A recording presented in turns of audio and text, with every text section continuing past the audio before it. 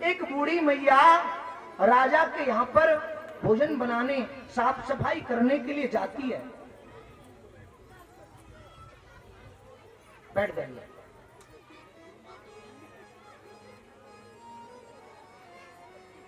वर्षों से जा रही है राजा के यहाँ पर साफ सफाई करने, भोजन करने। वो माँ भोजन बनाने के लिए राजा के यहाँ जाती है, वर्षों से जा रही है, बना रही है, साफ सफाई कर रही है, सेवा कर रही है। आज उसकी तबीयत खराब हो गई, नहीं जा पाई। अपने बेटे को भेज दिया, बेटा जा साफ सफाई करा, अगर मैं नहीं गई तो मेरा काम छूट जाएगा, राजा के यहां से सेवा से निवृत्ति मिल जाएगी।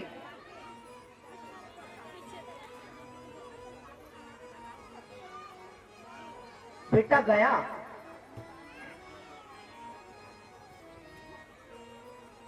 साफ सफाई करी, सेवा करी, जो जो उनकी ड्यूटी थी निभाई। राजा की एक सुंदर पुत्री है, उसे देखकर के मोहित हो गया। ध्यान से सुनना, बहुत ज्ञानवर्धक दृष्टांत है। राजा की लड़की को देखकर के मोहित हो गया और मां से आकर के कहा, मां अगर तू मेरा विवाह करना चाहती है तो मैं राजा की लड़की से ब्याह करूंगा, वरना अपने प्राणों को त्याग दूंगा। मां तो चिंता में आ गई, कहां हम, कहां वो राजा, हमारा क्या मेल मिलाप, क्या बराबरी। और अगर मैंने इस बात को राजा से कहा, रानी से कहा या उस लड़की से कहा तो वो तो मुझे मार डालेंगे। भ्रमर में फंस गई, न इधर जा सकती है न उधर जा सकती है, क्या करूं।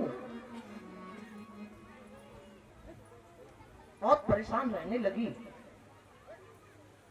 एक दिन सही हो गई, स्वस्थ हो गई, राजा के यहां काम करने गई तो उसी लड़की ने उसको देखा कि वो मात्र भाव से प्रेम करती थी, बात करती थी। कुछ दिनों से न बात करती है न बोलती है, क्या हुआ ऐसा। पूछा, मां क्या हुआ, आप बहुत शांत रहती हैं, परेशान रहती हैं, क्या हो गया, ऐसी क्या बात हुई। उसने कहा, नहीं कुछ नहीं। नहीं नहीं बताओ क्या हुआ है। बोली, बेटा बात ऐसी है, मैं बता नहीं पाऊंगी। उसने कहा, आज आपको बतानी पड़ेगी, बताओ क्या बात है। सुनना चाहती तो बेटा सुन। मेरा बेटा यहां आया और उसकी जिद है कि वो विवाह करेगा तो तुझसे करेगा, अन्यथा अपने प्राणों को त्याग देगा। मेरा तो वो इकलौता बेटा है, जीने का सहारा है, आगे पीछे कोई है भी नहीं, क्या करूं। समझदार थी वो लड़की। उसने कहा कि अगर आपका बेटा मुझसे विवाह करना चाहता है, बहुत सोच समझ के प्रत्युत्तर दिया, तो उसको कहो कि वो साधु बन जाए, कुछ दिन के लिए चला जाए कहीं बाहर और साधु बन के लौटे। मेरे पिता साधुओं से बड़ा प्रेम करते हैं, वो जाएंगे साधु से कहेंगे मांगो क्या चाहिए और वो मुझे मांग लेगा, तो मैं मिल जाऊंगी उसे। प्रेम से राधे राधे बोलो। उस वृद्ध माता ने आकर के पुत्र को बताया, साधु बन गया साहब, चला गया कुछ दिनों के लिए बाहर, साधु वेश धारण करके आया, आकर के उस नगर के समीप बैठ गया। राजा को पता चला कोई साधु हमारे नगर में आए, दर्शन के लिए चलो। बहुत से आभूषण इत्यादि लिए और चल दिए। बेटी बोली, पिताजी मैं भी साथ चलूं। हाँ चलो बेटा, संत के दर्शन के लिए चल दिए साहब राजा।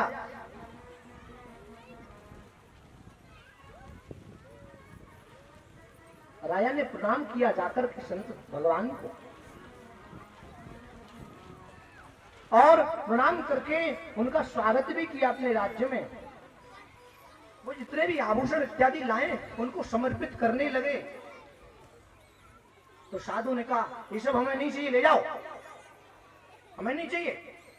पुत्री पीछे खड़ी होकर देख रही थी, अच्छा ढोंग कर रहा है, नाटक सही चल रहा है।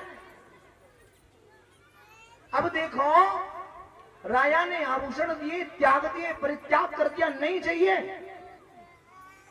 बहुत जिद करी, कुछ नहीं लिया।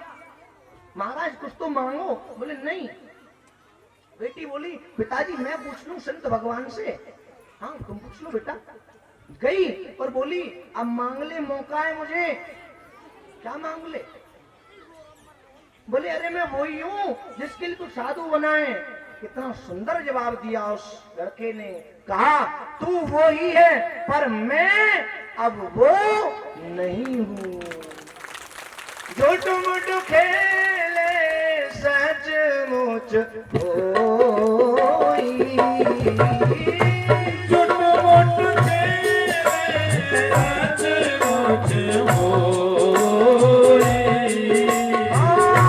झूठ मूठ खेले सचमुच होई। झूठ मूठ खेले सचमुच होई। सचमुच खेले बिरला होई। सचमुच खेले बिरला होई। झूठ मूठ खेले सचमुच होई और सचमुच खेले विरला कोई। साधु किस लिए बना? उस लड़की को, राजा की लड़की को प्राप्त करने के लिए। और आज करत करत अभ्यास के करता रहा निरंतर भगवान की भक्ति की। वो आदत लग गई, नशा हो गया, ऐसी चाह लगी, ऐसी विरक्तता आई मन में। उसे कह दिया तू तो वही है जिसके लिए मैं बना था, लेकिन अब मैं वो नहीं हूं।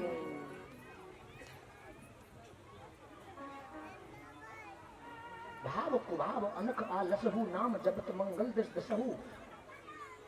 करो तो सही, भजन तो करने का प्रयास करो।